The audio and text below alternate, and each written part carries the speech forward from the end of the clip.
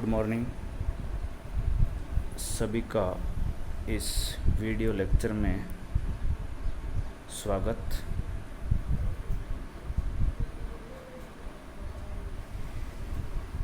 पिछले वीडियो में अपन ने जीन इंटरेक्शन पार्ट फर्स्ट पर चर्चा की थी। इसमें अपन जीन इंटरेक्शन सेकंड पार्ट में चर्चा करेंगे। जैसा कि अपन पिछले वीडियो में डिस्कस कर चुके हैं कि जीन इंटरेक्शन का मतलब ये है कि किस प्रकार दो जीन या दो एलील आपस में क्रिया करके किसी फिनोटाइप को एक्सप्रेस करते हैं। तो जीन इंटरेक्शन अपने दो प्रकार का पढ़ा था। एक तो पढ़ा था इंट्राजीनिक या एलीलिक जीन इंटरेक्शन और दूसरा था इंटरजीनिक या जीन इंटरेक्शन। तो अपन इस दूसरे जीन इंटरेक्शन को अभी इस वीडियो के अंदर डिस्कस करेंगे।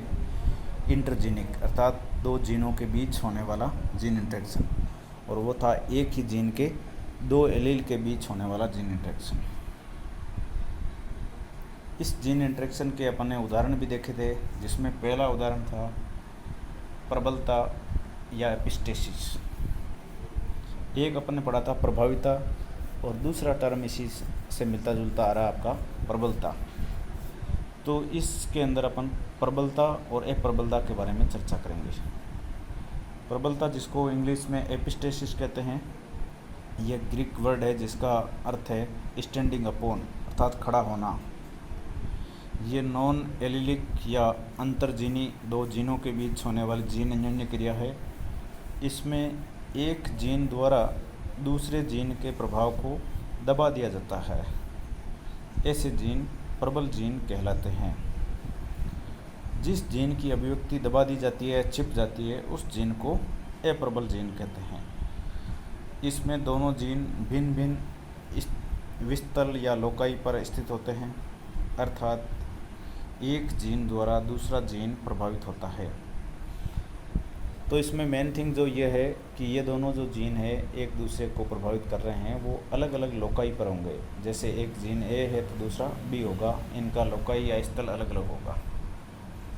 अब प्रबलता के प्रकारों की बात करें आगे, तो इसे दो प्रकारों में बांटा गया है। पहली है प्रभावी प्रबलता और दूसरी है अप्रभावी प्रबलता। पहली प्रबलता के बारे में चर्चा करते हैं। प्रभावी प्रबलता क्या है? प्रभावी प्रबलता या प्रच्छादन अभिक्रिया, इसमें क्या होता है कि दो स्वतंत्र जीन होते हैं और वो दोनों जीन एक ही लक्षण को प्रभावित करते हैं। अब प्रभावित कैसे करते हैं कि अकेले होने पर दोनों जीनों का जो लक्षण प्रारूप है वो भिन्न भिन्न उत्पन्न होता है। लेकिन जब दोनों जीन अगर एक साथ उपस्थित हो तो एक जीन दूसरे जीन की अभिव्यक्ति को दबा देता है। अगर अलग अलग है तो भिन्न भिन्न प्रारूप उत्पन्न करेंगे, और अगर दोनों जीन साथ आ गए तो एक जीन तो अपने को अभिव्यक्त कर देगा जबकि दूसरे को दबा देगा। जब दोनों जीन अप्रभावी अवस्था में उपस्थित हो तो अलग अलग लक्षण प्रारूप उत्पन्न होता है, अर्थात एक जीन की अभिव्यक्ति इतनी प्रबल नहीं होती कि दूसरे जीन की अभिव्यक्ति को दबा सकें। इसे प्रच्छादन अभिक्रिया कहते हैं। इसके उदाहरणों में कद्दू या कुकुरबिटा के जो फ्रूट कलर है, फलों का रंग है, तीन प्रकार का होता है। इसमें सफ़ेद, पीला और हरा रंग। इसमें सफ़ेद रंग जो है वो अन्य रंगों पर प्रभावी होता है, जबकि पीला रंग केवल हरे रंग पर प्रभावी होता है। इस प्रकार तीन रंग होते हैं कद्दू के अंदर, कुकुरबिटा के अंदर सफ़ेद, हरा और पीला। कुकुरबिटा पीपो इसका बॉटनिकल नेम है। अब इस क्रिया को अपन देखेंगे, संचरण के द्वारा प्रदर्शित करेंगे। तो इसके अंदर आप पाएंगे कि सबसे पहले अपन जनक की बात करें तो जनक इसमें एक तो है श्वेत फल वाले और दूसरे हरे फल वाले। इनका जीनोटाइप देखेंगे तो श्वेत वालों के अंदर W और Y दोनों कैपिटल है, और हरे वाले के अंदर W और Y दोनों स्मॉल है। तो इसमें चारों अल्फ़ाबेट कैपिटल है, WW YY, और इसमें चारों स्मॉल है, WW YY। इसके अंदर जब युग्मक बनेंगे तो इसके अंदर अर्धसूत्री विभाजन होगा तो इसमें बनेंगे कैपिटल डब्ल्यू कैपिटल वाई वाले और उसमें बनेंगे स्मॉल डब्ल्यू स्मॉल वाई वाले। जब F1PD होगी तो इसमें सारे संतति श्वेत फल वाले होंगे जिनका जीनोटाइप होगा capital W small W capital Y small Y. अब इनमें आगे सेल्फिंग कराएंगे तो F2PD प्राप्त होगी। तो सेल्फिंग कराने के लिए इसमें पहले युग्मक बनेंगे। युग्मक 4 प्रकार के होंगे। पहला युग्मक होगा कैपिटल डब्ल्यू कैपिटल वाई। दूसरे टाइप के जो गैमेट या युग्मक बनेंगे वो हो गए कैपिटल डब्ल्यू स्मॉल वाई। तीसरे टाइप के स्मॉल डब्ल्यू कैपिटल वाई और चौथे टाइप के होंगे स्मॉल डब्ल्यू स्मॉल वाई। इनमें युग्मकों को आधे युग्मक नर के रूप में काम करेंगे, आधे मादा युग्मक के रूप में। तो इसमें जो कैपिटल डब्ल्यू और कैपिटल वाई अगर दोनों जिस जीनोटाइप में एक साथ में आ रहे हैं, चाहे एक कैपिटल डब्ल्यू हो या एक कैपिटल वाई हो, दोनों अगर मिनिमम एक अगर कैपिटल साथ में आ गए तो उनका फिनोटाइप होगा श्वेत या सफ़ेद प्रकार के फल बनेंगे इसके। और दूसरा जो होगा वो जिसमें डब्ल्यू दोनों ही स्मॉल होंगे और वाई एक या दोनों कैपिटल है तो उसके फ्रूट होंगे आपके पीले रंग के। और अगर चारों ही स्मॉल है तो वो होंगे हरे रंग के। इस प्रकार इसमें जो फिनोटिपिक अनुपात है वो इसमें तीन प्रकार के प्राप्त होंगे, सफ़ेद पीले और हरे। और उनका अनुपात होगा 12:3:1। अर्थात इसमें ये प्रभावी प्रबलता दृष्टिगोचर होती है। अब दूसरी प्रबलता की बात करें अपन, अप्रभावी प्रबलता, जिसका दूसरा नाम पूरक जीन या सप्लीमेंट्री जीन इंटरेक्शन भी कहते हैं इसको, रिसेसिव प्रबलता। इसमें 2 जीनों में से एक जीन का प्रभावी युग्म विकल्पी एक लक्षण प्रारूप उत्पन्न करता है, जबकि दूसरे जीन का प्रभावी युग्म विकल्पी अपना स्वयं का कोई लक्षण प्रारूप उत्पन्न नहीं करता। अर्थात इसमें एक का प्रभावी जो या डोमिनेट एलील है वो तो एक फिनोटाइप बनाएगा, जबकि दूसरे का कोई काम नहीं होता, कोई फिनोटाइप नहीं बनाता। लेकिन जब दूसरा अगर युग्म विकल्पी है वो पहले जीन के साथ अगर उपस्थित हो गया, दोनों एक साथ आ गए, तो वो क्या करता है कि पहले जीन से उत्पन्न होने वाले फिनोटाइप या लक्षण प्रारूप प्रभाव को परिवर्तित कर देता है, चेंज कर देता है, उसको अपना काम प्रॉपर तरीके से नहीं करना देता है। इसमें प्रबल जीन का अप्रभावी युग्म विकल्पी दूसरे सामान्य जीन के प्रभाव को विकसित नहीं होने देता। जब ऐसे 2 जीन आपस में अभिक्रिया करते हैं तो एक नया लक्षण प्रारूप उत्पन्न होता है। इसको अपन उदाहरण के तौर पर ज्वार की किस्मों में सोरगम जो है उसके अंदर तुस के ग्लम कलर के रूप में अपन देख सकते हैं कि किस प्रकार सोरगम के अंदर ग्लम का कलर है जो अप्रभावी प्रबलता के द्वारा नियंत्रित होता है। इसको अपन इस डायग्राम के माध्यम से क्लियर कर सकते हैं कि इसमें जनकों के रूप में जो है वो आएगा आपका ग्लम का जो कलर है वो है काला जामनी कलर, जिसका जीनोटाइप होगा कैपिटल पी स्मॉल क्यू। और इसका दूसरा जनक होगा भूरा रंग का ग्लम या तुस, जिसका जीनोटाइप होगा स्मॉल पी कैपिटल क्यू।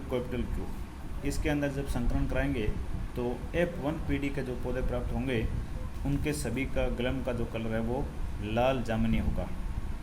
तो काला और भूरे के अंदर अपन ने मैटिंग या क्रॉस कराया तो दोनों अगर साथ आ गए, इसमें दूसरा एलील Q साथ में आ गया तो इसने काले को बदलकर लाल जामुनी कर दिया। अब इसके अंदर अपन सेल्फिंग कराएंगे तो 4 प्रकार के इसमें गैमेट प्राप्त होंगे।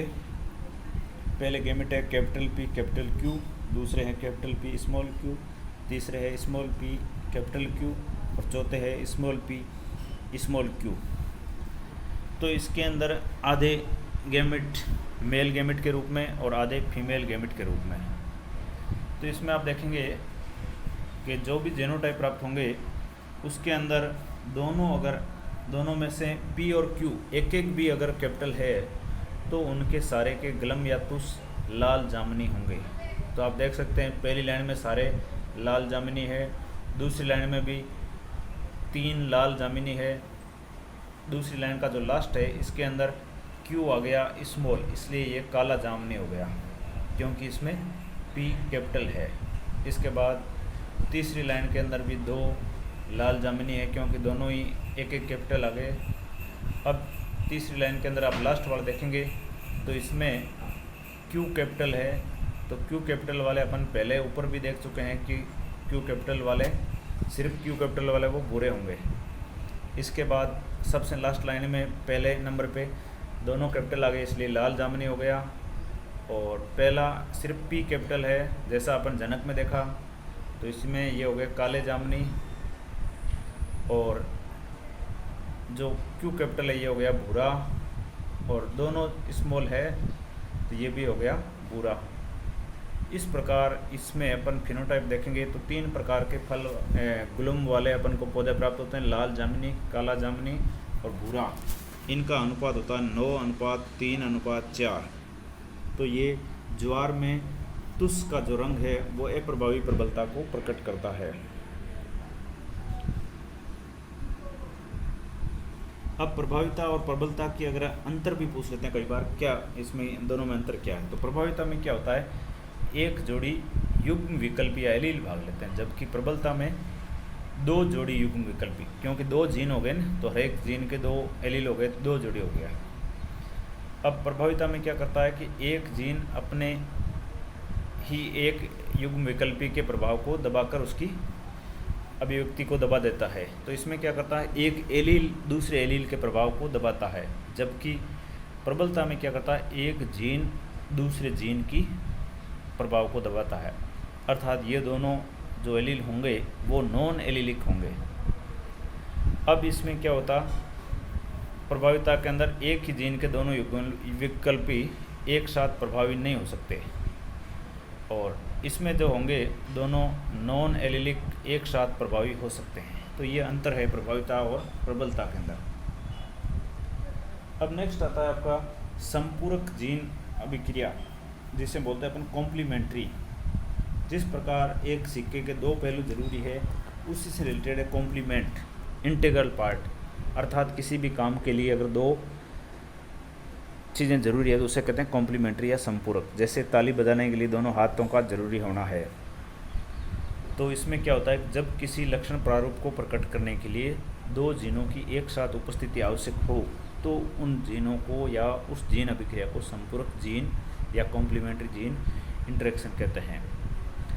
अगर दोनों में से एक जीन लक्षण का मुख्य रूप से निर्धारण करता है इसमें, और दूसरा जीन इस कार्य के लिए पहले जीन की सहायता करता है, उसके लिए सहायक होता है, ये दोनों जीन एक दूसरे के पूरक होते हैं।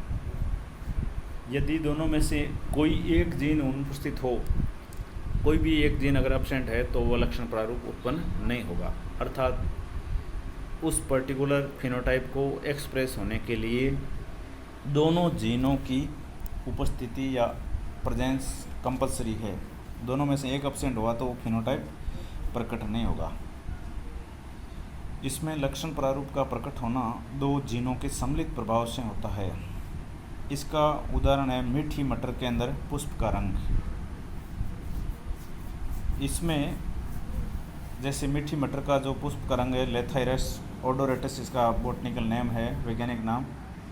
इसमें अपन देखेंगे जनक लेंगे तो जनक के अंदर पुष्प के रंग के अंदर एक तो जामुनी रंग है और दूसरा है श्वेत रंग। तो जामुनी रंग के पुष्प तभी उत्पन्न होंगे जब दोनों जीन सी और पी के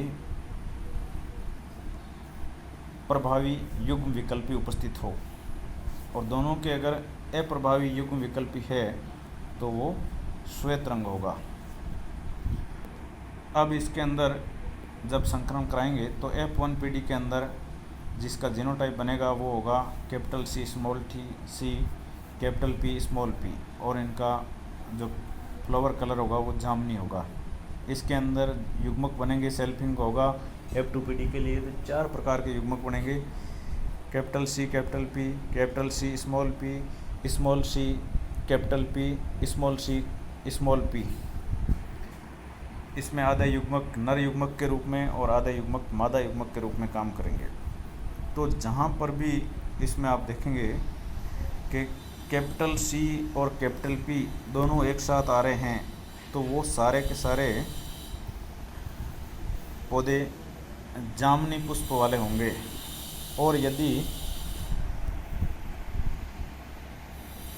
केवल कैपिटल सी या केवल कैपिटल पी जीन आ रहा है, तो वो पौधे सारे के सारे श्वेत या सफ़ेद पुष्प वाले होंगे।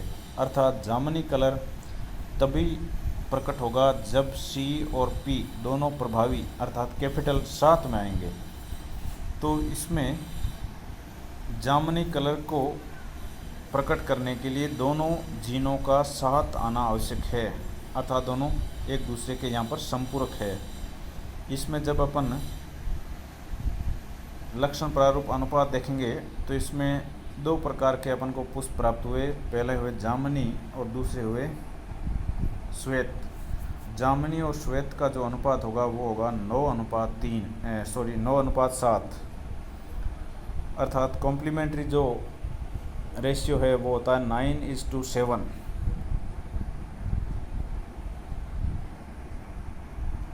अब अपन देखते हैं पूरक सप्लीमेंट्री जो जीन अपन ने देखा रिसेसिव के अंदर और दूसरा है संपूरक कॉम्प्लीमेंट्री, इनके अंदर क्या अंतर है।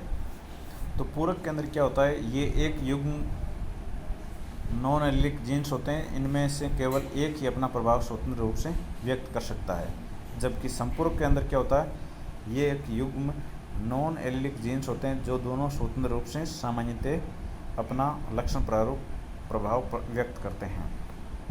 दूसरा अंतर यह पूरक के अंदर कि दोनों जीन्स के पारस्परिक अन्योन्य क्रिया करने पर स्वतंत्र रूप से प्रभाव व्यक्त करने वाले जीन का परिणाम पूर्व की अपेक्षा परिवर्तित प्रकार का होता है, अर्थात पहले अलग होता है और बाद में उसको परिवर्तित कर दिया जाता है। जबकि इसमें क्या होता है कि दोनों जीन अन्योन्य क्रिया करने पर पूरी तरह से ये नया लक्षण प्रारूप उत्पन्न करते हैं। इसमें तो परिवर्तित होगा थोड़ा बहुत, और जबकि इसमें क्या होगा, बिल्कुल नया होगा। अब F2 का अगर अनुपात देखेंगे F2PD के अंदर, तो पूरक जीन के अंदर जो संतति का अनुपात होगा वो होगा 9:3:4, जबकि संपूरक के अंदर जो अनुपात होगा वो होगा 9:7। इस प्रकार अपन ने इसमें दोनों में अंतर देखा कि पूरक जीन और संपूरक जीन में क्या अंतर है। तो अपन ने इस वीडियो के अंदर जीन इंटरेक्शन पार्ट सेकंड को पढ़ा, जिसके अंदर अपन ने एक तो प्रबलता, दूसरा संपूरक जीन्स के बारे में स्टडी किया, और इसके साथ में इसको प्रबलता को अपन ने प्रभाविता से तुलना भी की और पूरक जीन्स और संपूरक जीन्स की तुलना की। सभी को धन्यवाद, शुक्रिया।